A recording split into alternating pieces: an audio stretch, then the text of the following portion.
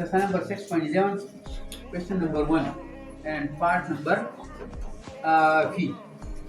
Part number V is a plus 5 whole square, a plus 5 whole square minus c square, minus c square. Here this is the formula number third. That is this is the square of the first term minus square of the second term.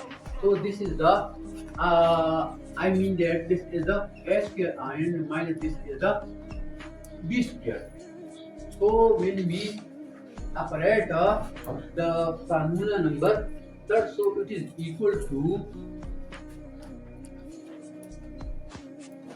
sum of the first and the second term into first term plus second term, first term minus second term. So here the square of the first term is given and the square of the second term is also given. So we will operate this formula. So according to the third identity, a plus 5, that is the first term plus a second term. So this is the first term and this is the second term. So I shall write that a plus 5 whole square minus b whole square. So this is a square and this is a minus b square, and a square minus b square is equal to a plus b and to a minus b. It means that it is equal to a plus 5 plus c and to a plus 5 minus c.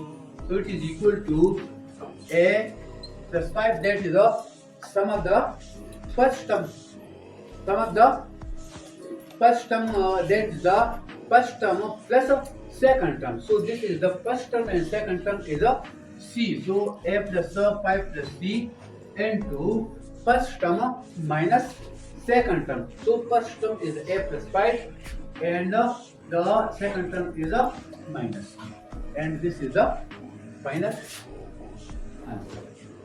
We shall use the identity number third because when you check the question, so it is the first term and this is the square of the first term minus the square of the second term. So square of the first term and minus the square of the second term will be correct. It is equal to first term plus second term and first into first term minus second term.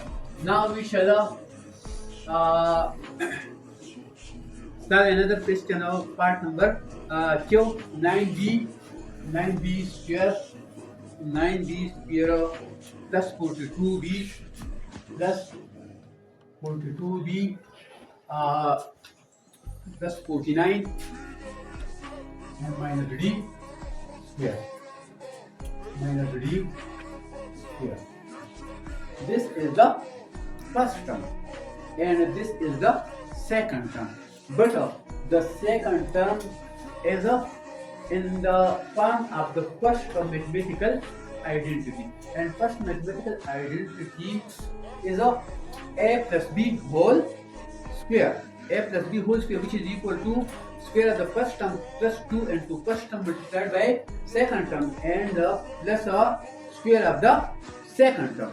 It means that it is equal to 3b whole square plus 7 whole square plus 2 and 2 first term multiplied by second term and minus d whole square.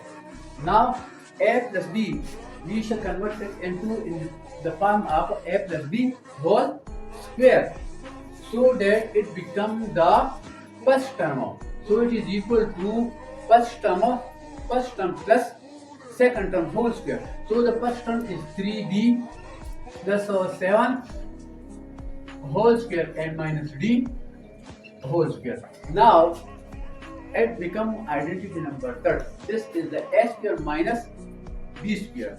So it is equal to first term plus second term. First term is a 3b plus 7 plus d and 2, 3b plus 7 minus d. It will be converted into identity number third, and identity number third is a square minus b square. So this is the a square and minus this is the b square, which is equal to a plus b, a plus of b minus d, and to a plus b minus of plus of d, which means that this is the a square and minus b square. So it is equal to first term plus of second term. So this is the first term 3b plus 7 and plus of second term is d, 10 to 3b plus 7 minus d, and it is equal to first term minus of second term. So this is the first term, this is minus second term. I shall say again that mathematical identities are the basic for the mathematics. If you have understood the mathematical identity, so these questions are very easy to start. Thank you.